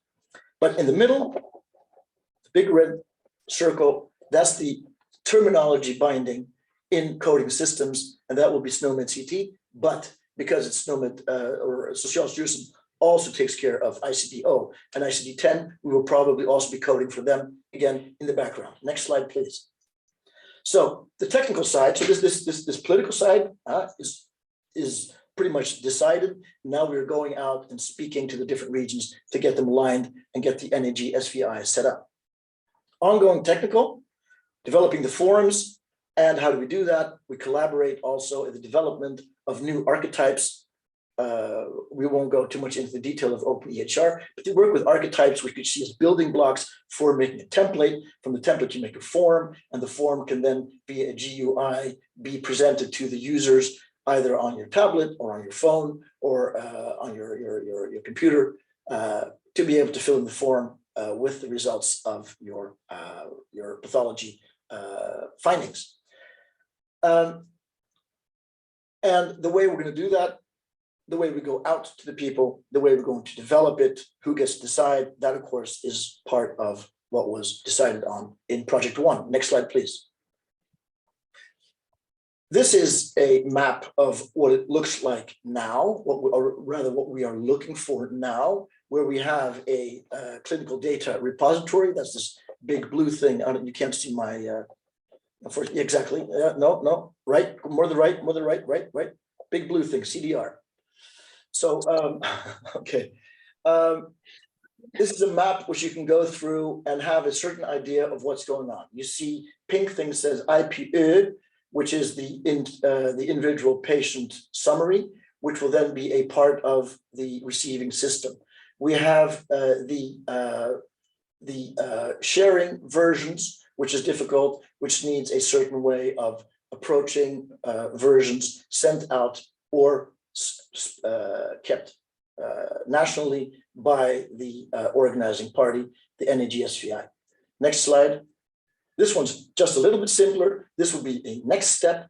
And basically one of the most important things is that the CDR connections on the right side are due to the versatility of the language or the data form in which we're sending it doesn't need an interpretation in between, which means direct data capture in the correct form in synoptic report by the pathologist, data in blob form or another form via JSON, communicated via the FHIR, the FHIR, to the CDR and Bob's your uncle, or Scott. Next slide. So, other things we want to do, this is some of the ideas. One of the things, for example, is important while we're building this is that we would have a national SNOMED CT ref set, and that is comparable to what is now being set up by NICTIS. The international collaboration is continuing together with SNOMED CT as we are here today, but with OpenEHR, with PALGA, Paul in other words, and with Scandinavia, especially Norway. Norway is very active in the OpenEHR and the development of archetypes, and then we'd like to go with them. Next slide, please. So I'm very happy to be allowed to participate in this GCE. If you want to know what GCE is, next slide. It's a great collaborative effort, and I'm very happy to be part of it. Thank you. Thank you so much, Stefan. We're going to hold on questions because we do not want to let the Brits bring up the end and be cut off short. Lazo, I'll click as you tell me. It's all right. Yes. Thank you very much. I'd like to sort of assert our position in SNOMED. I'm a pathologist in the UK, practicing pathologist, which some of us are here, fortunately, in this group. That's what makes this effort really great. My first brush with SNOMED was in 1986 as a medical student. With the second edition, we created a database on top of a rather archaic semantic interoperable sort of coding, which we called Latin language. In Hungary, we created a diagnosis in Latin, like carcinoma planocellular acutis digiti minimi, lateris dextri, meaning a squamous cell cancer on the right little finger. This was pretty good, but we didn't have the coding for it, and I used the archaic database system called DBase to put SNOMED second edition and BNO, aka ICD codes behind it. But it was a relatively sort of too early effort, and in the UK, we have done it slightly differently. I'd like to go through this one very quickly. What are the things? The background, just go through this. The pathology is driven by the college data sets, and we have got 49 data sets which are published as guidelines in the college, professionally reviewed every 5 years or so. And fortunately for all of these, all of them, now containing the SNOMED CT equivalents of the coding. Originally, it was version 3, version 3.5. The other sort of source of data sets in the UK is the COSD, the cost data sets, which are taking a slightly different approach, but I'm pleased to say that they are SNOMEDized as well, and they contain the relevant SNOMED CT codes, and they started to be referenced, but not all of them are there. Next one. The data sets are usually pro forma based, and they are coming through with the SNOMED codes since their inceptions, but we need to make sure that the paper-based systems don't get lost in the whole issues, and the coverage is very variable between the different cancer. We heard about the rare cancers yesterday afternoon. We don't have all of them mapped, but the major issues like the colon, gynae, breast cancers, prostate, and skin are virtually completely covered with data sets. Next one. This is one data set from the college. It's not meant to be read, but meant to be seen. It's too small, but it contains the full extent of the data set. First, the items which we are dealing with, and behind we have got a recommended code set. Next one. The concept of minimum with versus maximum data sets. We have been working with Scott on several little projects when we were trying to transmogrify data from UK to US using the power of SNOMED CT, and we were successful. And we have found that the data sets are highly congruent, and they do have the same kind of data. Bar one thing, the UK has got the minimum data set, and the US has got everything big. The maximum data sets, they have got everything in them. The United States has a lot more of the approach of the sort of question-answer pairs to classify the things which are not that prevalent in the UK data sets. We just tend to have a bit of a tick box exercise with predefined answers, but not the question-answer part. The data model developed with the NHSD user-centered design, which means that they are actually asking pathologists about what we want. And we will have the UTL, which is the blood sciences, transitioning now to the cellular pathology code sets. And what we want to make sure that essentially the old school sort of request result type test model is changing slightly to make sure that we will include the problem which requested the test, and the result will end up in a clinical action. Hopefully we can actually close the circle, close the loop, and make sure that whatever we do the test for will result in a clinical action. And I think that will give us a lot more clinical background. Next one. This is the one which sort of we have done with the RCPAT and CAP mapping. It's very good already. We can use the SNOMED CT to transfer data. Next one. And this is the database which we have created with the different items between the RCPAT and the CAP. Obviously, the more items on the left are the CAP, and the lesser items from the College of Pathologists. Next one. What are the challenges? The ICCR, the RCPAT, and the CAP and the RCPA, they all have our data sets. And Scott has showed us that the different data sets in between them have various items. We need to standardize that, and probably the best thing will be through the ICCR. The data sets should be SNOMED CT coded, and the messaging, which is at the moment in the UK based on version 2.x of HR7, needs to conform FHIR version 4. Legacy data, we would like to keep. We have got in my hospital legacy data in computed form since 1989. I don't want to throw them away, but we need to make some ways of essentially transforming them into something meaningful. And also, we need to make sure that there is a centrally sort of almost PALGA-like sort of code approval mechanism via the APIs or some centralized methods to make sure that the codes which are generated at the point of generation are conforming to the standards. We have got in the UK a little intermediary organization called National Pathology Exchange, which is essentially moving data between hospital A and B and does a syntax and code checking in the meantime.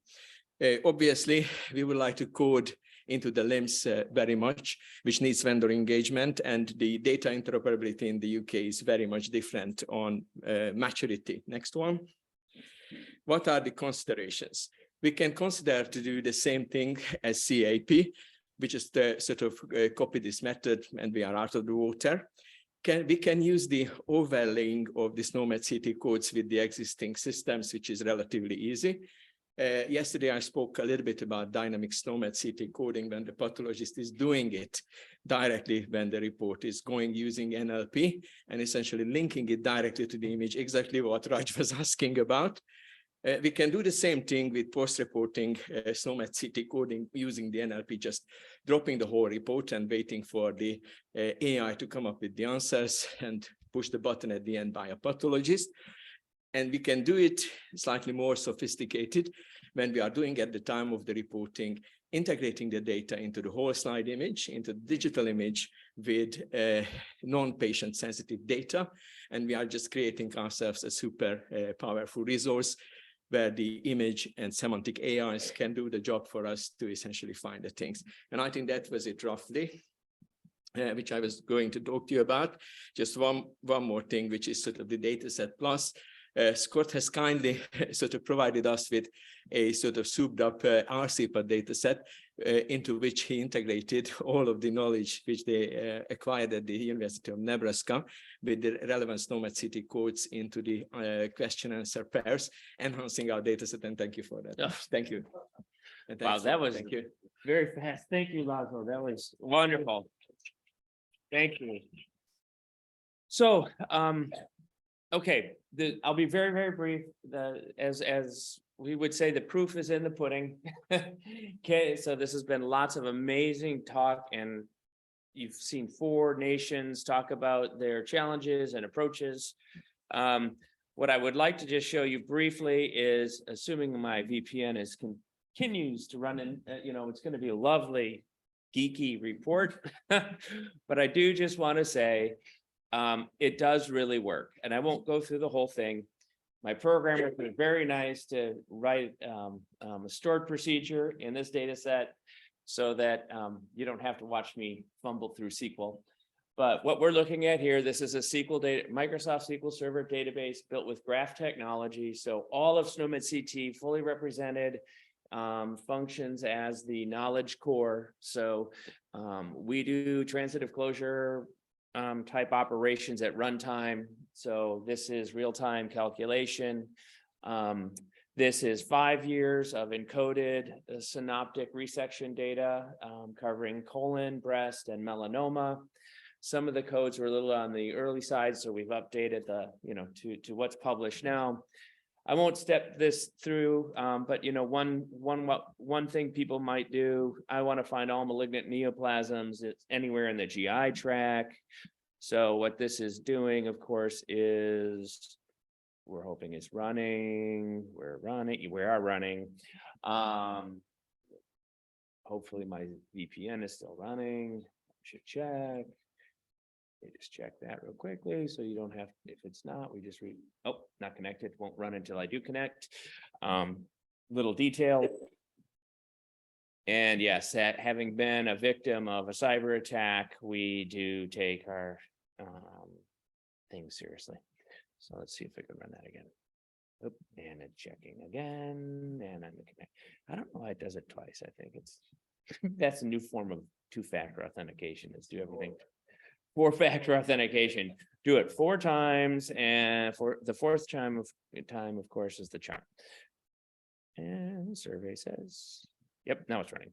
So this is looking at all the molecular histologic pathology, histotypes of malignant neoplasm for anything that is subsumed by the GI tract concept.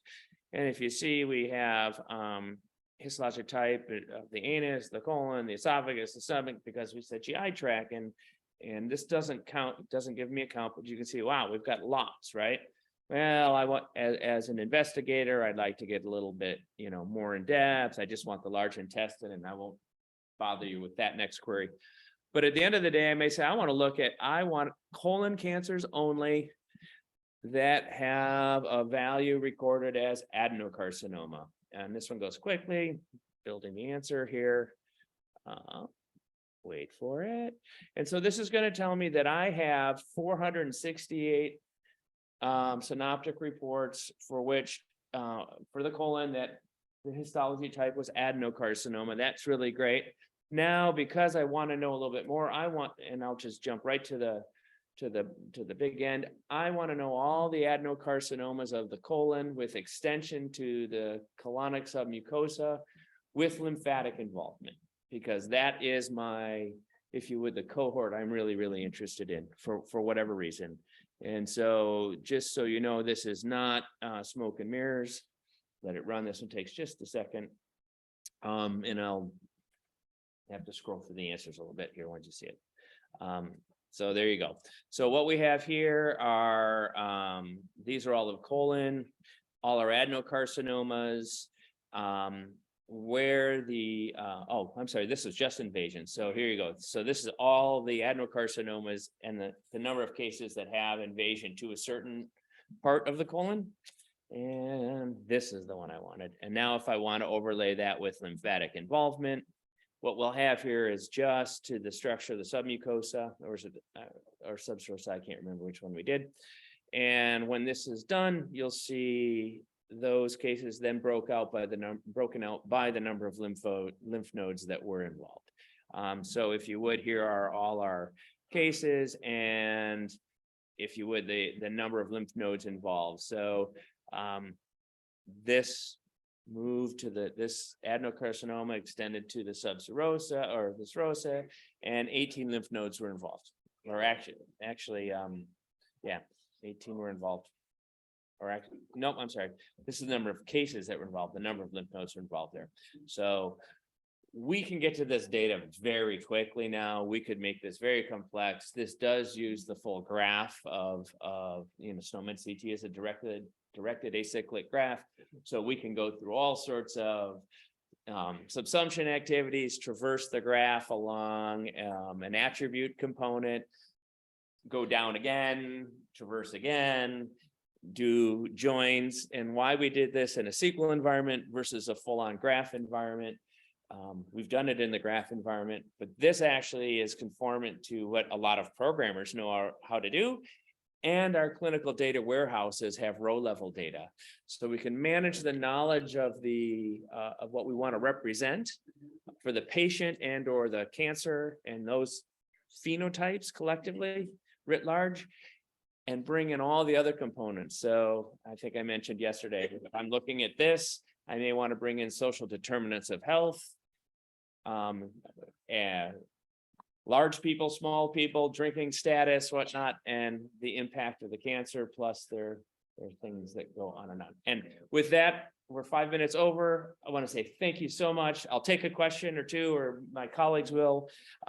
Terrence is very anxious because he's just the tech guy who has to be anxious. I've got to be somewhere else, that's all. That's why. All right. So are there questions and we're happy to talk afterwards as well. It's great. It works for me. Yeah, so he's got to be there. Thank you, Raj and Stefan, for joining us remotely, and fabulous. That's all I can say. Thank you.